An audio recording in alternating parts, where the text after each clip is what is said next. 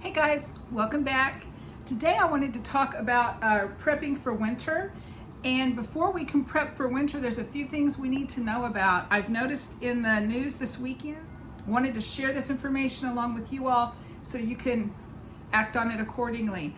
I was on YouTube yesterday and I saw on Alaska Granny's channel, Augason Farms has ceased production. And these are the people who make our dehydrated prepping foods. They have ceased production quite suddenly, actually. They no longer have the supply to be able to continue producing things. So they have closed production. They said they hope to be back in business in 90 days. They're hoping the supply chain and things will be flowing more freely by then. So they're hoping to start production back up in January. So that's 90 days, that's 3 months away. And they are a main supplier for the prepping community.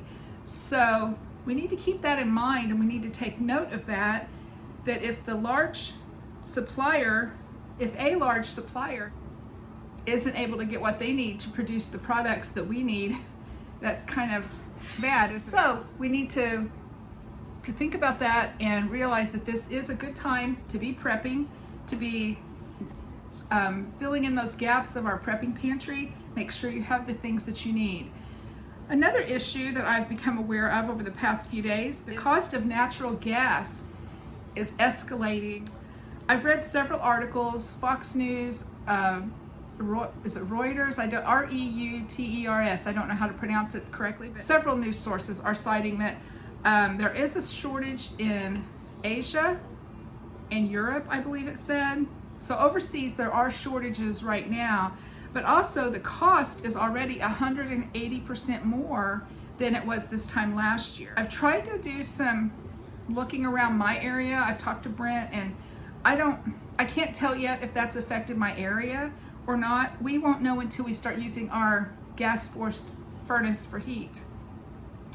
And that's the thing they're saying, is that heating, it's gonna cost a fortune to heat your house this year if you rely on natural gas for your heat source. The problem is going to be worse in California on the West Coast and in the Northeast Coast because they rely on pipeline to get their natural gas.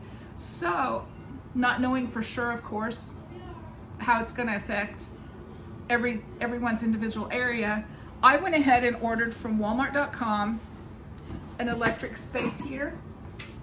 Hyper Tough utility heater. It is electric. On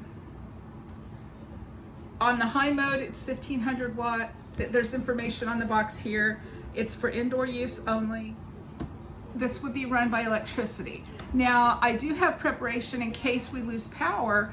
I have a kerosene heater and I have kerosene stored as well, but kerosene is very expensive. Last year it was like $8 a gallon. So I don't want to use kerosene if I have power and can use a space heater. And you would need to Google and do all of that research for yourself on, is it cheaper to run the electric heater, space heater, or your gas-forced furnace. The best I can come up with, it looks like it would cost around $3 and something to use the electric space heater. I probably will do that, close off my bedrooms and just try to save the best that I can. But yeah, that's something you need to think about.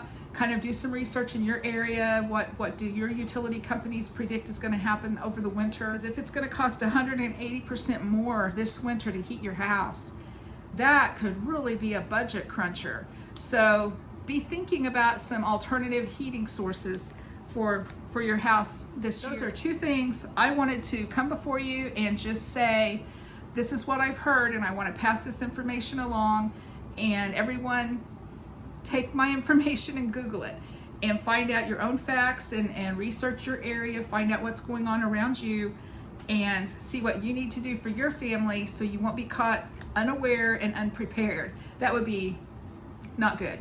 So that's all I had for you today. I'm going to let you go. Hope you've had a great weekend and a good week coming up. I'll talk to you later. Thanks for watching.